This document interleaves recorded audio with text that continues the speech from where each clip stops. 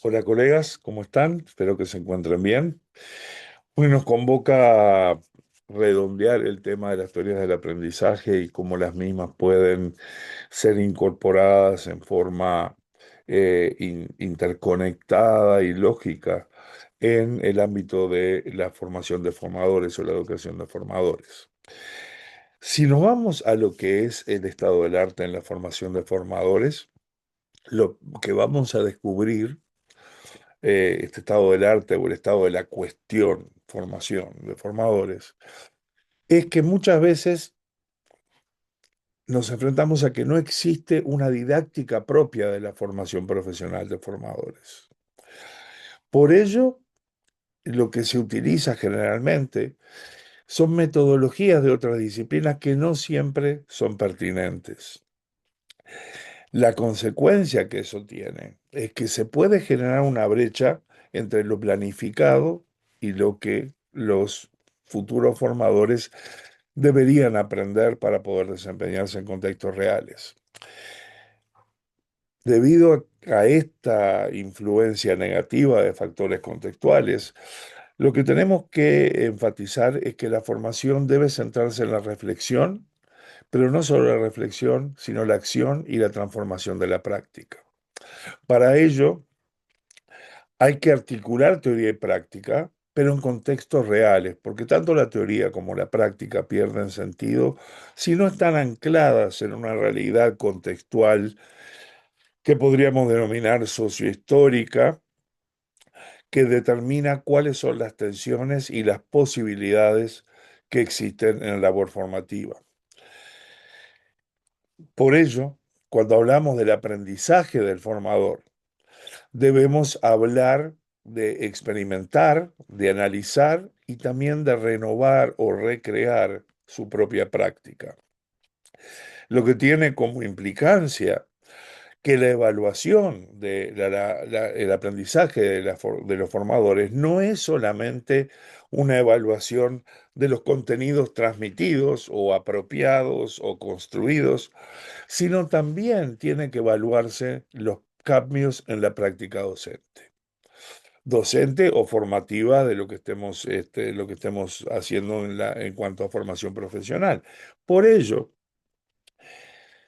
les quiero proponer un marco para la formación de formadores basado en aquellos puntos de la teoría del aprendizaje que hemos estado co-construyendo y explorando de forma articulada y lógica.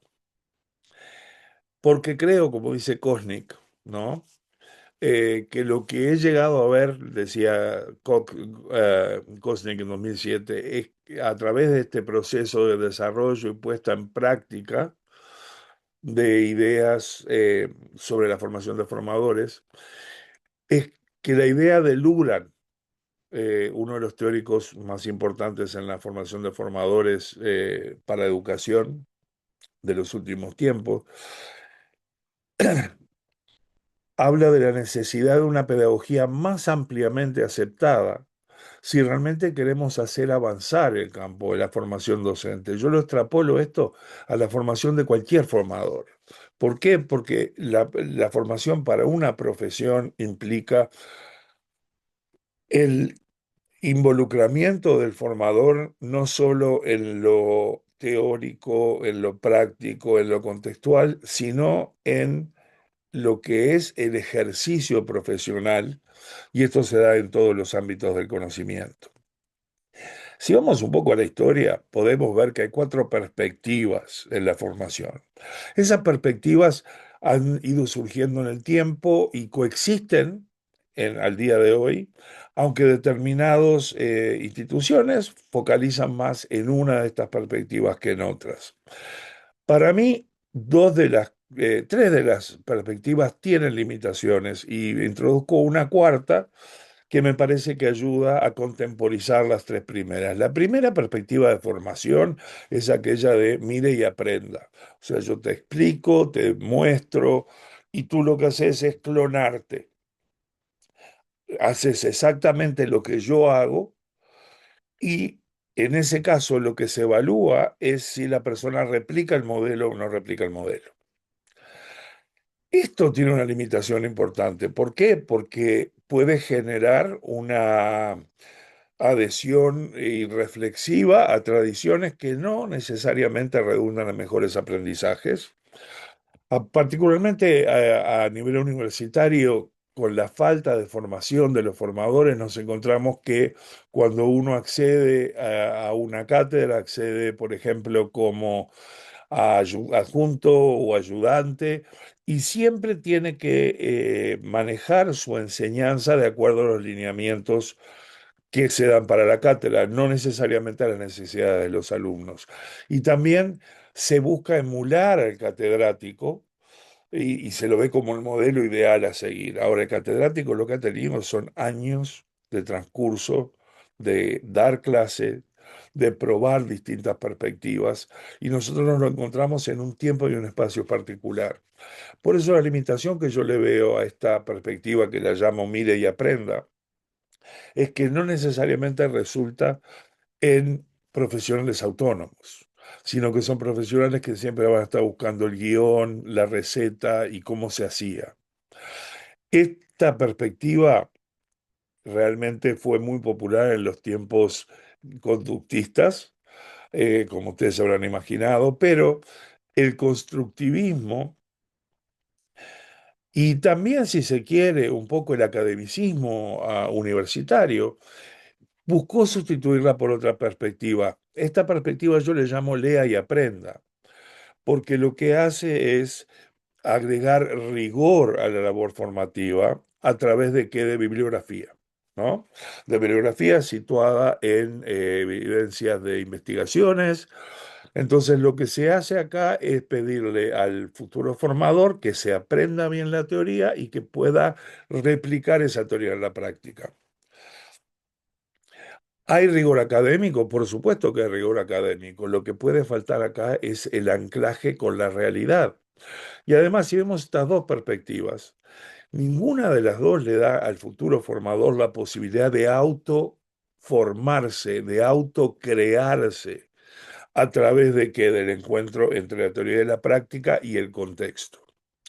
Por suerte, en los 80 surge la perspectiva reflexiva orientada a la formación de profesionales, con el libro de Schoen, El profesional reflexivo.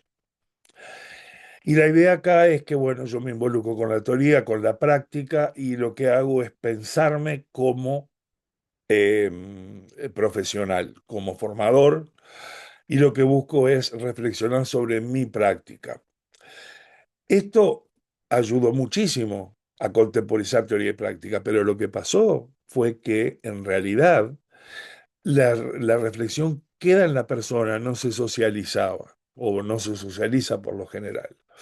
Entonces, ¿qué es lo que sucede? Si partimos de la base que el aprendizaje es necesariamente, tiene una génesis necesariamente en lo social, en las prácticas sociales, como son la sintaxis de las disciplinas que enseñamos, o sea, los contenidos, y la semántica de esas disciplinas, cómo se va investigando en la disciplina y cómo la disciplina va creciendo, tenemos que abogar por una visión de la formación de formadores más imbricada en contextos plurales y en contextos donde haya interacción entre los formadores de formadores y los formadores.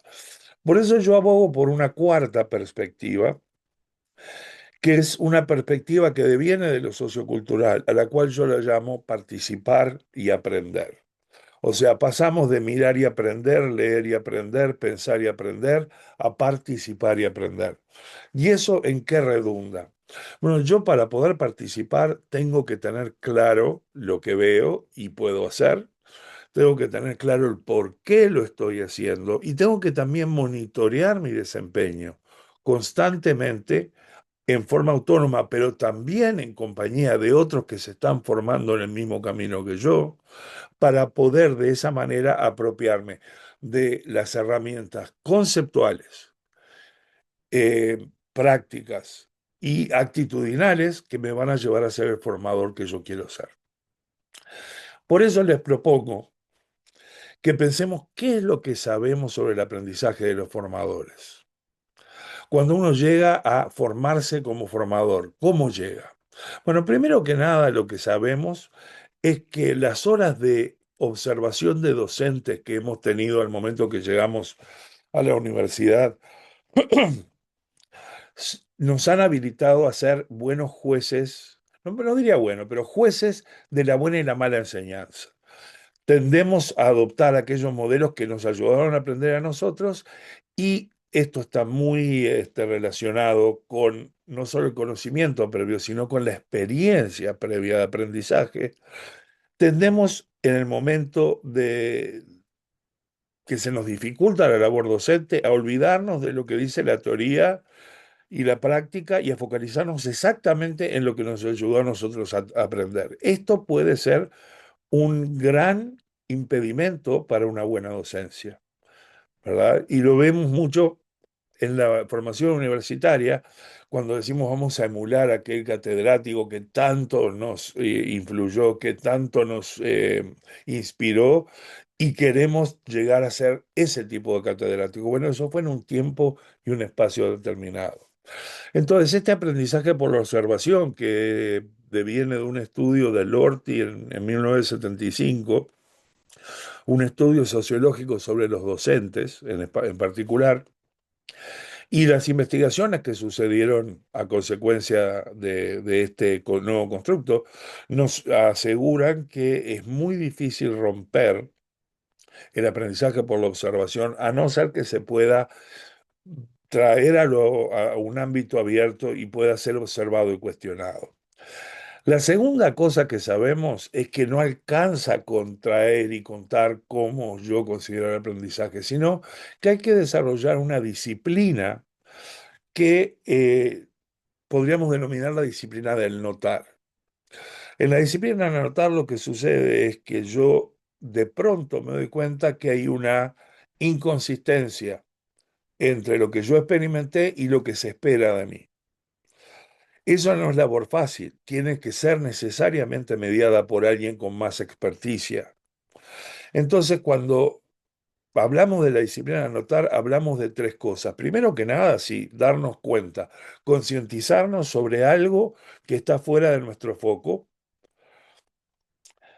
¿Para qué? Para delimitarlo con la ayuda de un experto, y acá tenemos la teoría sociocultural, y después registrarlo, o sea, hacerlo parte de nuestro repertorio, digamos, didáctico.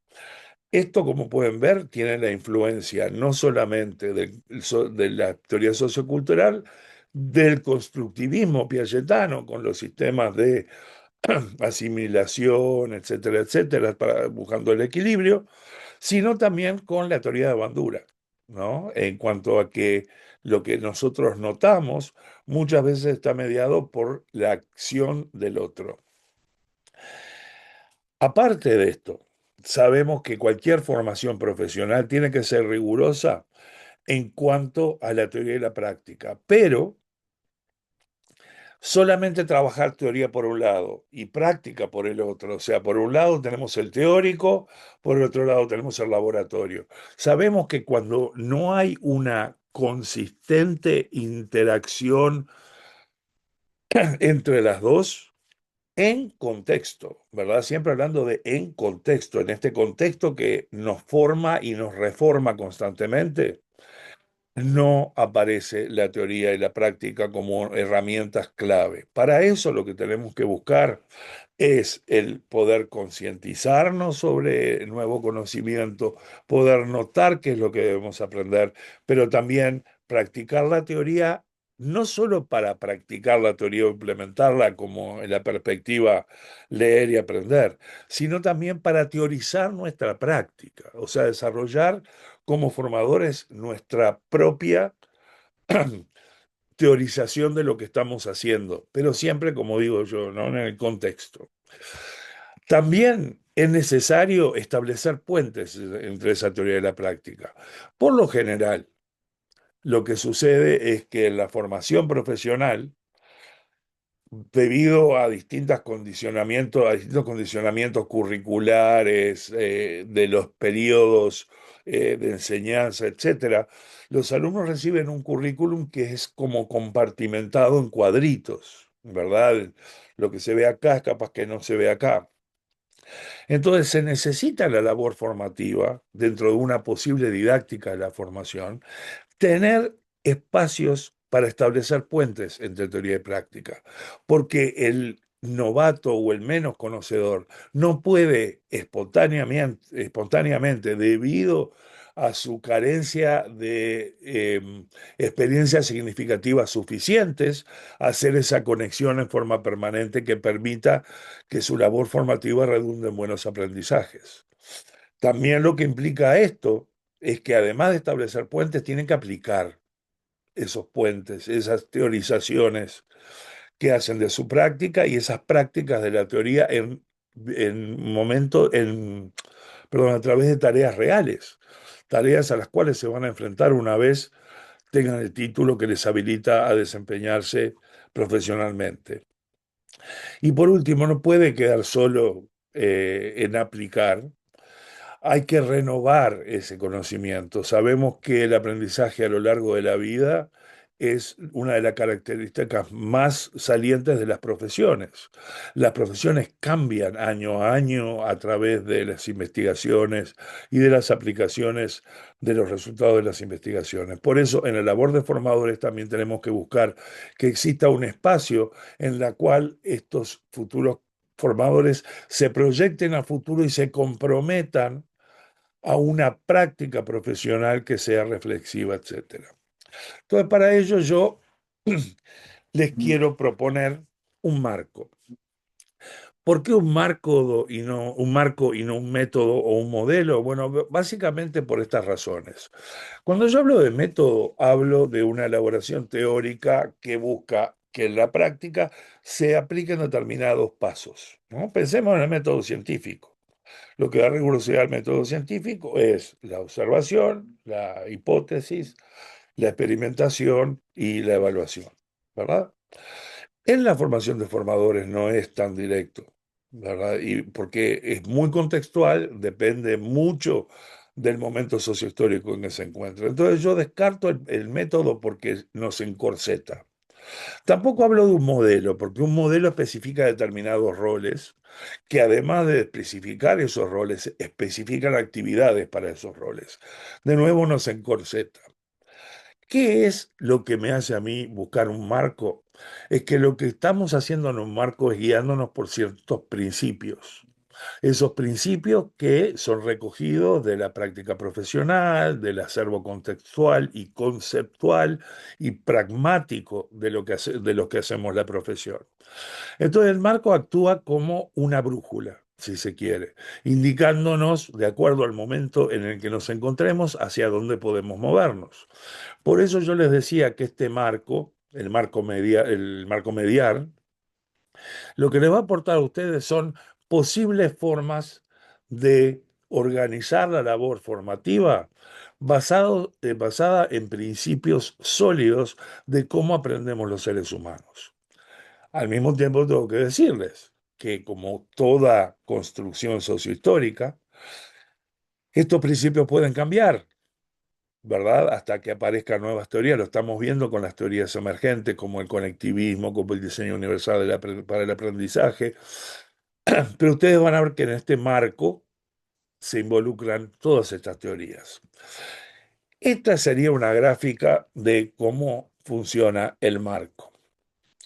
Hay tres aprendizajes que creo que todo formador tiene que desarrollar, o todo profesional tiene que desarrollar. Primero que nada, el aprender a ver, el poder ver y verse como actor participante de una actividad determinada, profesional, sobre la cual ya hay historia escrita. Yo me estoy incorporando en este momento histórico y quiero participar más.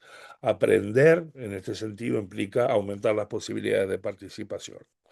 Pero con ver y entender no me alcanza. Tengo que también poder aprender a hacer. Y por último, yo puedo ver y hacer, pero hay una cierta eh, fuente experiencial de lo que es el aprendizaje profesional, que tiene que ver con lo que se denomina filosofía de la frónesis, o sea, yo participo, yo sé algo, pero aprendo de estar involucrado dentro de la actividad, de ser parte de la actividad. Entonces hay un aprender a ser. Estos tres aprendizajes pueden dar lugar a distintos episodios de enseñanza-aprendizaje. Esto es un marco, como les decía, por lo tanto, lo puse con círculos para que no haya un principio ni un fin. ¿Por qué? Porque yo detecto lo que mis estudiantes necesitan aprender. Necesitan aprender a ver, a darse cuenta, a concientizarse, necesitan aprender a hacer o a ser. Entonces, en este sentido, el marco no es secuencial linealmente. Pero mucho de lo que pase en la labor formativa va a depender de qué tipos de mediaciones va a haber.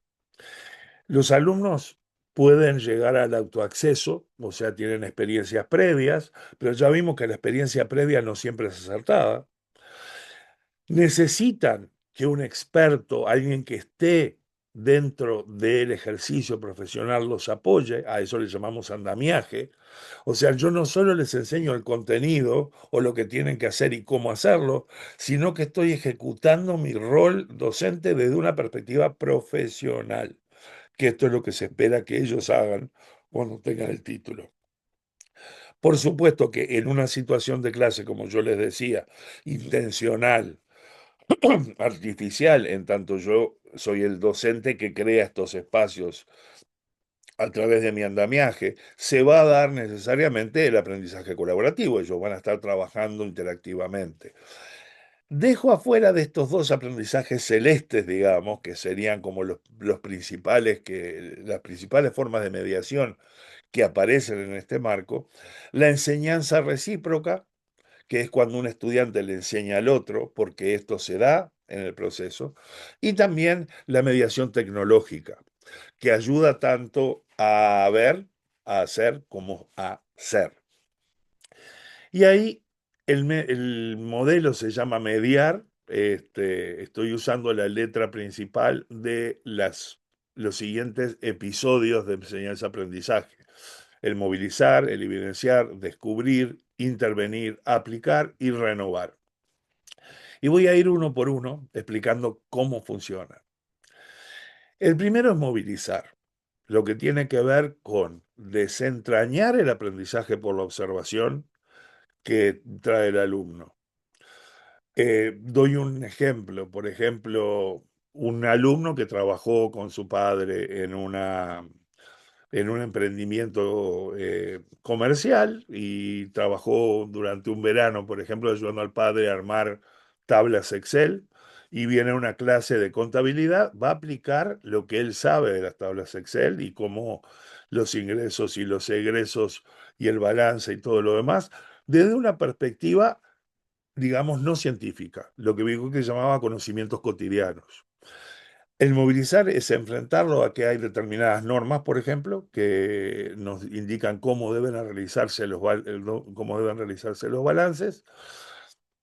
Y muchas veces lo que tenemos que hacer entonces es confrontar al estudiante con su aprendizaje por la observación. ¿Cómo lo hacemos esto? De mil maneras posibles. Podemos utilizar imágenes, podemos utilizar documentos. En el caso de la formación docente podemos también utilizar episodios de aula que hemos grabado y desgrabado. O sea, hay una montaña de recursos que podemos utilizar para movilizar el aprendizaje por la observación. ¿Por qué lo hacemos? Porque una vez que lo traigamos a colación y saquemos lo que los alumnos traen ya con sí mismos de su experiencia, vamos a poder pasar a lo que llamamos evidenciar.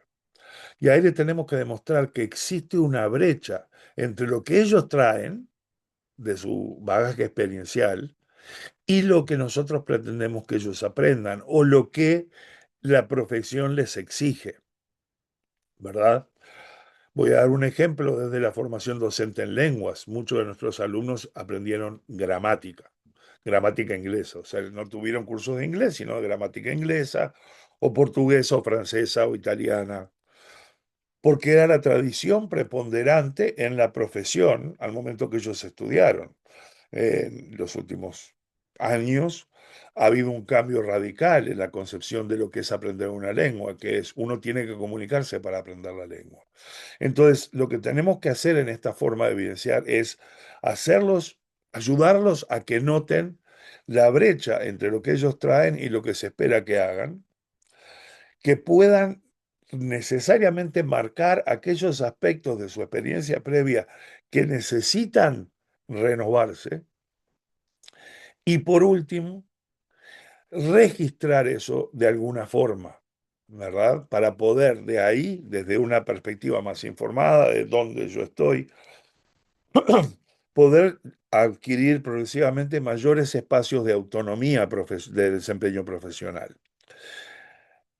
Este evidenciar junto con el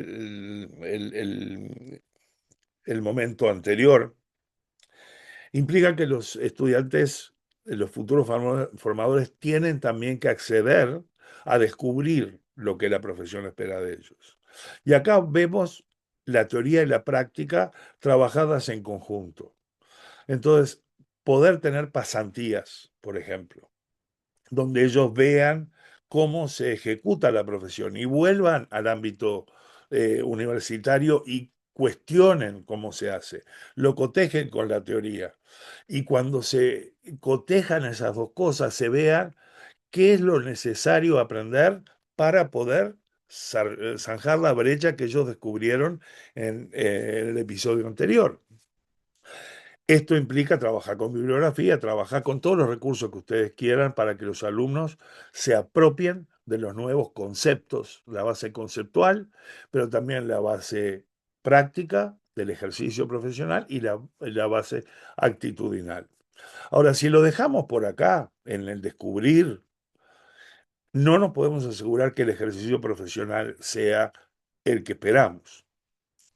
Por eso, el otro episodio que tendría que existir es el de intervenir, donde se establece un puente entre la teoría y la práctica, donde se permite que los alumnos el, en el ámbito cuidado y cuidadoso del aula en el cual estudian, con la ayuda de un docente, con el apoyo de sus colegas y con todos los materiales puedan llegar a aplicar lo que se les ha enseñado.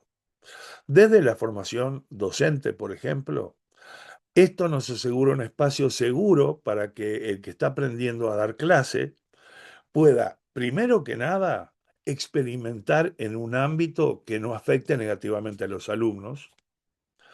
Por ello, el requisito de que los docentes deben formarse. Y luego lo que hacen es lo practican dentro del ámbito del aula universitaria antes de transferirlo a la realidad. Entonces ahí reciben retroalimentación formativa del docente, podemos hacer simulaciones, podemos trabajar con tecnología simulando una situación real, etcétera. Esto sería una parte de poner en práctica lo que los estudiantes han comprendido de los estadios, de los episodios de aprendizaje anteriores. Y después, sí, después de intervenir, para que esto sea significativo, tenga sentido y nos dé cuenta de los aprendizajes, ahí nos vamos a aplicar, donde la construcción colectiva esa que se hizo en el momento anterior, durante la intervención, pueda ponerse en juego en el mundo real o lo más real posible. Esa aplicación va a derivar en que la persona que aplicó lo nuevo, este alumno que aplicó lo nuevo, cuestione su teoría y su práctica, entonces vea si puede practicar la teoría y trate de teorizar su práctica. O sea, acá vemos ganancia desde los dos puntos de vista. Y a consecuencia de eso, Lo que tendría que suceder es contar con un espacio formativo que no termine en la aplicación y evaluación, sino que abra las puertas a que, bueno, cada uno desde la perspectiva de donde comenzó pueda renovar su práctica, apropiándose de algo nuevo, cambiando algo que ya venía haciendo o demostrando que ha podido participar en forma más activa en las actividades profesionales. Ahora, volvemos al tema del círculo. Este marco lo que nos da son episodios de aprendizaje y de enseñanza, ¿no? Que son estos de movilizar, evidenciar, etcétera. Y la sigla mediar es intencionalmente creada para que sea memorable, pero no implica que tengamos que empezar por movilizar, luego evidenciar, etcétera. Porque depende de qué, como les decía, de las necesidades de aprendizaje de los estudiantes. Entonces ahí tenemos que ver, por ejemplo, si un estudiante precisa aprender a hacer, bueno, empecemos por la intervención y la aplicación. Si la mayoría de los estudiantes necesitan hacer algo, empecemos por dónde se empieza. Lo que yo sí sugiero es que como esto es una serie de episodios de enseñanza y aprendizaje, que no importa dónde hayan comenzado, completen el círculo total, ¿verdad? ¿Por qué? Porque de esa manera nos aseguramos que tomamos en cuenta todos los principios de los cuales hemos venido hablando. Para terminar, espero que este marco les haya aportado una visión. Yo estoy estoy compartiendo, perdón, un documento que es el primer capítulo de un libro que escribí en 2023, donde doy toda la fundamentación del marco y lo explico en detalle para que lo tengan como referencia. Pero si ustedes vieron y comprendieron la intencionalidad de esta construcción, que es una construcción, como les decía, situada en tiempo y espacio, es lograr que todos aprendan, porque el formador de formadores también está aprendiendo cómo renovar su enfoque didáctico y no estar saltando de una técnica a otra técnica, de que lo que hago hoy, a ver, bueno, mañana hago enseñanza por proyecto, después enseñanza por resolución de problemas. No, esas son herramientas que tenemos adentro de cada episodio de enseñanza y de aprendizaje que podemos utilizar. Pero lo que nos da este marco es la seguridad de que hay una orientación teórica basada en cómo aprenden los formadores que nos lleva a poder proporcionar una experiencia de aprendizaje unitaria en cuanto a que une absolutamente todo, también basada en la investigación y en las buenas prácticas de formación. Y, como decía Paulo Freire, los dejo con esta cita, es que en el punto de encuentro no hay ignorantes totales ni sabios infalibles. Solamente personas que juntas buscan aprender más de lo que saben ahora.